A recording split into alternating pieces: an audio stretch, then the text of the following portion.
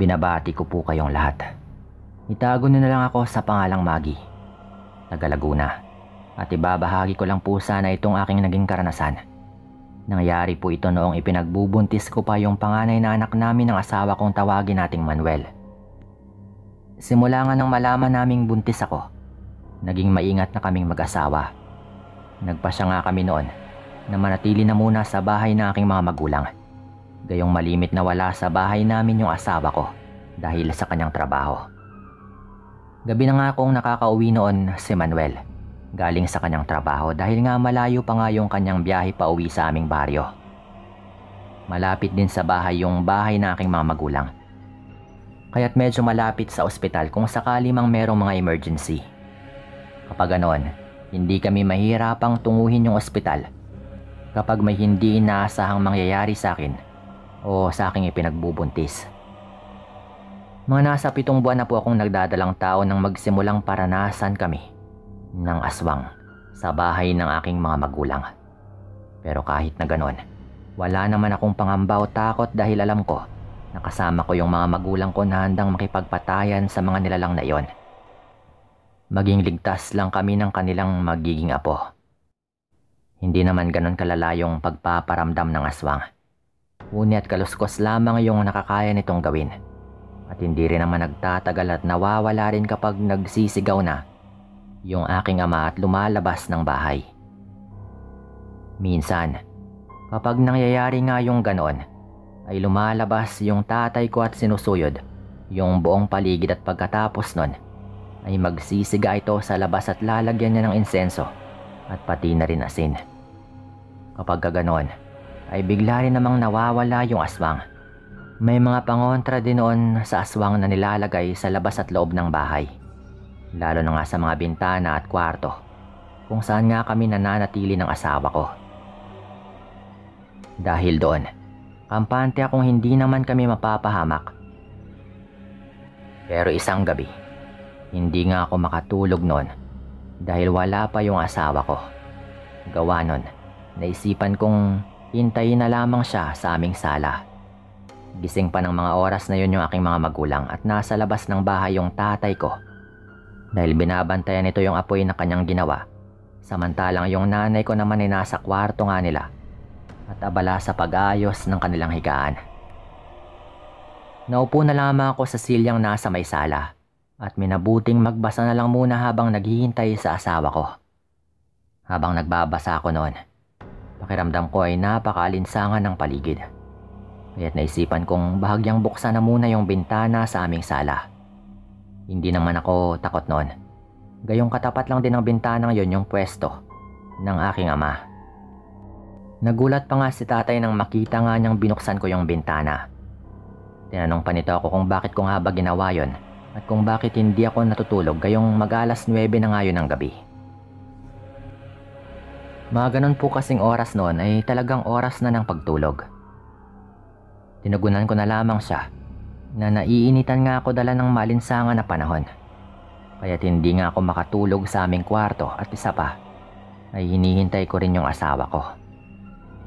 Wala namang nagawa noon si tatay kung hindi yung hayaan na lamang ako. Binantayan na lamang niya ako noon mula sa labas ng bintana. Kinakausap pa nga ako nito, kaya't nagpasya na lang din akong itigil na yung pagbabasa at makipagkwentuhan na muna sa kanya. Binuksan ko na nga ng tuluyan noon yung bintana. Dahil naroon din naman siya, kaya wala akong dapat na ipangamba kahit nakabukas pa yon. Nakipag-usap na lamang muna ako kay tatay noon habang nakatingin sa ginagawa niyang siga. Nagpaalam na lamang si tatay na lalapit muna raw siya sa kanyang ginawang siga. Hinayaan ko naman ito at sinundan ko lang nga ito ng tingin. Sa hindi ko may paliwanag na dahilan, tila may kung anong nag-uudyok sa akin noon na tumingin sa bahagi ng daan. Pinanindigan pa nga ako ng balahibo noon sa katawan dahil bigla akong nakaramdam ng panlalamig. Ramdam ko rin yung pagtayo ng aking mga buhok sa batok, kaya't napailing na lang din ako. Aalisin ko na sana yung aking tingin doon, pero meron akong napansin na tila 2 mapupulang bagay na naroroon. Sinipat ko yun ng mabuti. At hindi nga ako nagkamali sa aking nakita. Maliwanag naman yung buwan noon, pero hindi gaanong tanaw yung bahaging yon ng daan. Madilim kasi ron at ang tanging nakikita ko lang ay yung dalawang mapupulang mga bagay. Nagtaka nga ako noon kung ano nga ba yon pero hindi ko muna sinabi kay tatay. Tinignan ko pa yung aking ama noon na noon ay abala nga sa kanyang ginagawa. Nang muli kong ibalik yung tingin ko sa kung saan ko nga nakita yung dalawang mapupulang mga bagay, hindi pa rin po yun nawawala. Ganon nga yung sitwasyon. Nang magulat ako dahil nakalapit na pala sa bintana yung tatay ko. Tinanong nga nito ako kung okay lang ba ako. Kaya't napailing na lang din ako at napatingin sa kanya. Nagdadalawang isip pa ako noon kung sasabihin ko nga ba yung aking nakikita o hindi. Pero nang muli akong tanungin ng tatay ko kung ano nga ba yung aking problema. Pero nung muli akong tanungin ng tatay ko kung anong problema, sinabi ko na lamang sa kanya. Naisip ko rin kasi na baka aswa nga yung nakita ko ron, kaya't nakaramdam rin ako ng takot. Matapos kong sabihin kay tatay yung tungkol sa akin nakita, ipinakuha niya sa akin yung flashlight noon dahil pupunta daw siya doon upang tignan kung ano nga ba yung nakita ko sa bahaging yon.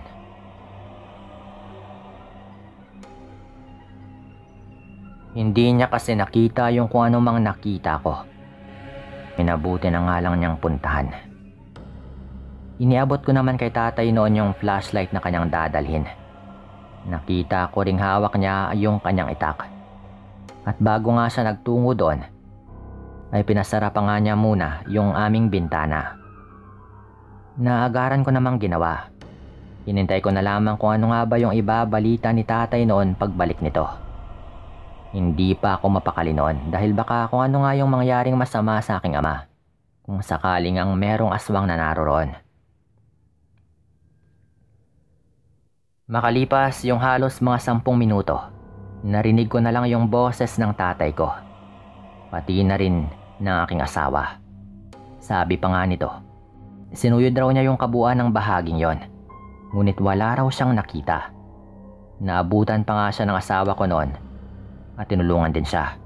Ngunit maging ito ay wala rin daw nakita. Sinabi ko na lamang noon kay tatay na baka namamalikmata lamang ako. Gayong inaantok na rin ako ng mga sandaling yon.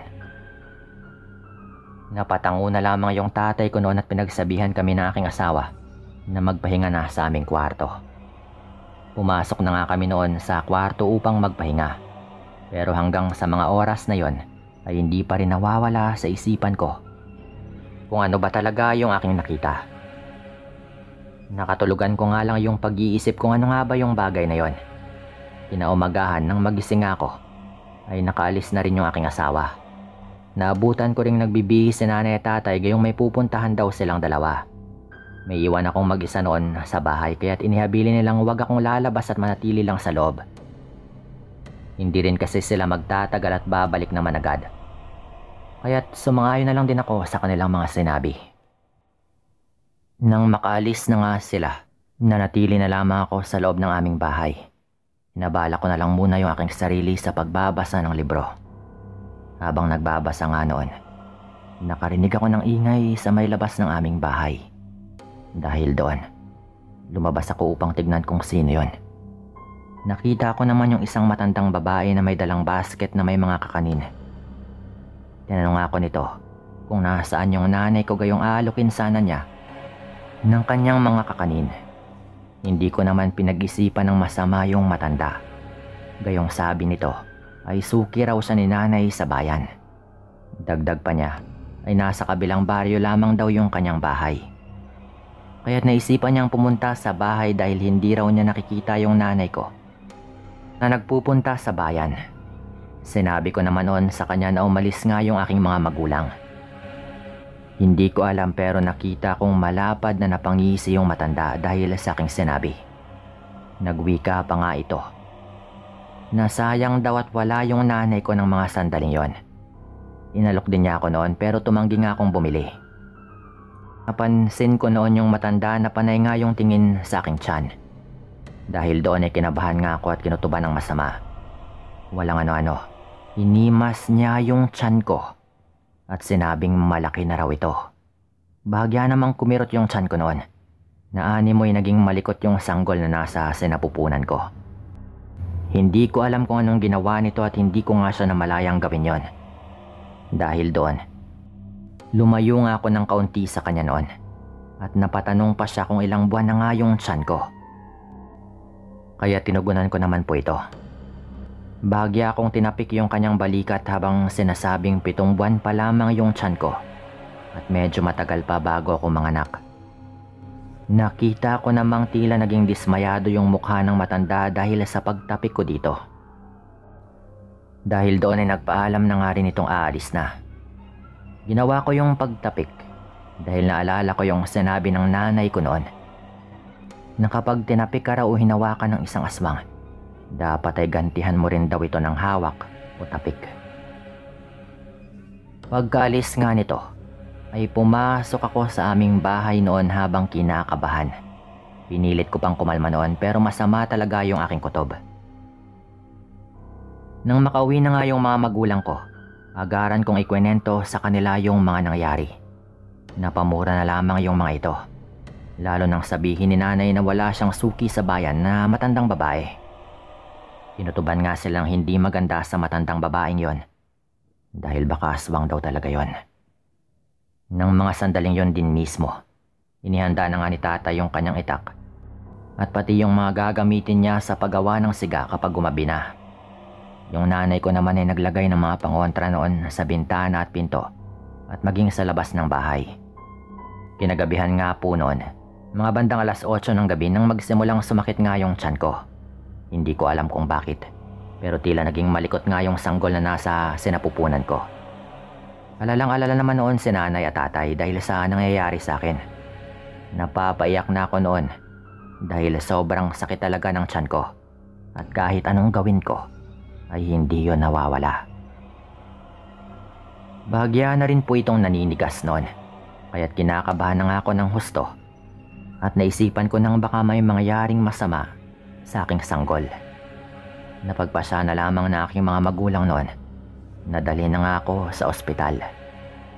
Kaya't inayos na nga nila yung mga gamit. Dumating naman noon yung asawa ko at nataranta naman ito nang malaman nga yung nangyari. Ganon nga yung sitwasyon namin noon nang may kung anong kumalabog sa aming bubungan. Kinutuban si tatay na aswang yon. Kaya't lumabas nga siya dala yung kanyang itak. Gumawa rin siya ng siga noon. Nilagyan nga nito ng asin. Dahil doon ay nakarinig naman kami ng mahihina at magkakasunod na paghuni ng tiktik sa aming paligid. Napapamura naman noon yung tatay ko habang binabantaan pa yung aswang na kapag may mangyaring masama sa amin ng kanyang magiging apo, ay sisiguraduhin niyang mapapatay niya ito kapag nakita niya ito. Hindi po natigil yung mga paghuning naririnig namin noon. Kaya't sigaw pa rin ang sigaw yung tatay ko. Narinig ko pang sinabi nito yung tungkol sa matandang babaeng nakasalamuha ko. At dahil doon, ay tumahimik po bigla yung paligid. Walang ano-ano. Nakarinig na lang daw yung tatay ko ng mabibilis na mga yabag ng pagtakbo. Papalayo. Dahil doon, naisip niyang baka tumakbo na nga palayo yung aswang na yun. Kaya kaagad naman nila akong inasikaso. Hindi namin inaasahan na duduguin nga ako ng gabing yon dahil sa labis na takot at pagkabahala. Tinakpan naman nila ng itim na tela yung tiyan ko noon at dali-dali nga akong dinala sa ospital. Hindi ko alam kung ano nga ba yung sumunod na mga nangyari noon dahil nagising na lamang ako sa ospital. Naramdam yung pananakit ng aking katawan, lalo na mula sa tiyan ko pa ibaba. Pakiramdam ko ay wala rin akong lakas noon. Kaya't nanatili akong nakahiga kahit nagising na rin ako. Tinanong ko naman si Manuel noon kung ano nga bang nangyari sa aming anak. Napaiyak na ako noon dahil baka nakunan nga ito. Pero ganoon na lang din yung tuwa ko nang sabihin nga nila na okay naman daw yung lagay ng bata. Kahit pa kinulang nga ito sa buwan, ay nagawa ko itong may panganak. Kahit pa paano ay masaya pa rin ako noon dahil hindi tuluyang nawala yung anak namin. Kahit kinakailangan obserbahan ito at manatili pa sa ospital. Mas okay na sa akin yon kaysa naman malaman kong mamatay ito. Sa kabutihang palad naman noon, naging maayos rin yung lahat. Yung anak naman namin ay naging okay rin kalaunan at nakauwi naman kami sa bahay. Hindi ko akalaing mararanasan ko yung mga ganon, pero laking pasalamat ko pa rin sa Panginoon gayong hindi nga niya kami pinabayaan ng aking anak. Hindi naman ako gaanong nabahala noon dahil marami naman akong kilalang 7 buwan na mga sanggol, pero namuhay naman ang normal sa kanilang paglaki. Yun nga rin yung nangyari sa aming anak. Kahit medyo sakitin po ito noong maliit pa, paglaki niya ay nabubuhay naman siyang parang normal lang at parang wala lang. Maayos naman po yung pangangatawan nito at masigla. Katunayan ay binata na rin po ito ngayon. At nadagdagan rin ng 2 yung aming anak. Bali 3 na po. Dito ko na rin tatapusin yung kwentong ito at maraming salamat sa lahat ng mga matyagang nakinig sa kwento ko.